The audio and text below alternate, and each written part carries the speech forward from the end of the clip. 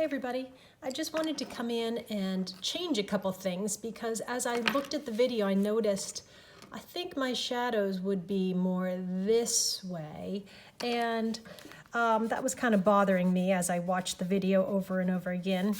Sometimes it's hard to create a video and make the artwork that you would like to be making while you're talking. It's kind of hard to talk and do artwork. And the reason for this is because we're using two different sides of our brain. We're using our right side to figure out the relationships of all these different shapes together and the different lines. And we're using our left brain for language. So it's a little bit of a conflict. Some people are fine with it. Some people have a little bit of a harder time. And I'm one of those. So I'm going to go ahead and maybe make my shadows coming out this way more.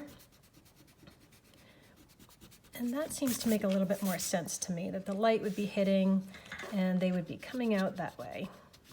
I also wanted to add a little bit more of the darks because I love the contrast of dark against light. I think the cone maybe would be this way. And so I'm taking this really cool pencil here. It's a sketching pencil, and what it is it turns into paint. So any of you who have had me for art in the past know that I love things that turn into paint. I can't help it. And so we're going to be sending these home with you. They haven't come in yet. So you're going to be getting one of these sketching pencils. And the nice thing about it is this. You can come through and make your shadows. And remember we talked about going in the direction that the object goes in. And I also wanted to say this is just one way to shade objects. You could do something called scumbling, where you're kind of going around and around in little circles where you want it to be dark. We talked a little bit about the stippling, where you do tons and tons of tiny dots.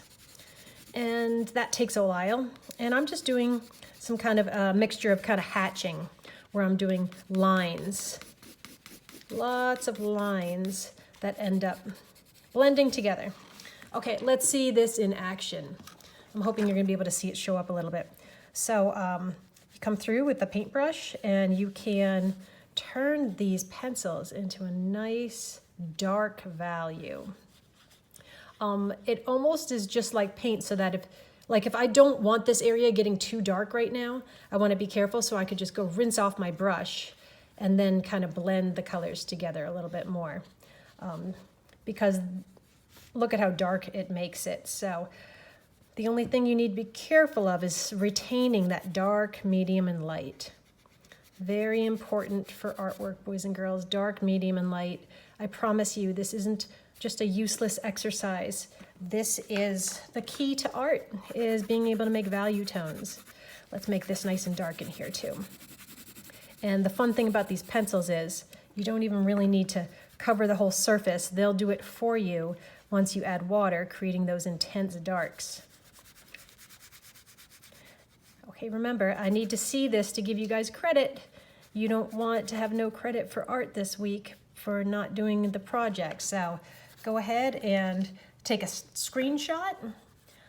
If you're on a desktop, Apple desktop, that is Shift-Command-4. There's something called a snip tool, I guess, on Macintosh, on PCs, Microsoft, that you could use. Chromebooks are a little bit different. I can send you those instructions if you're not sure how to do a screenshot. You could always hold up some kind of camera and take a photo too. All right, I can't wait to see what you did.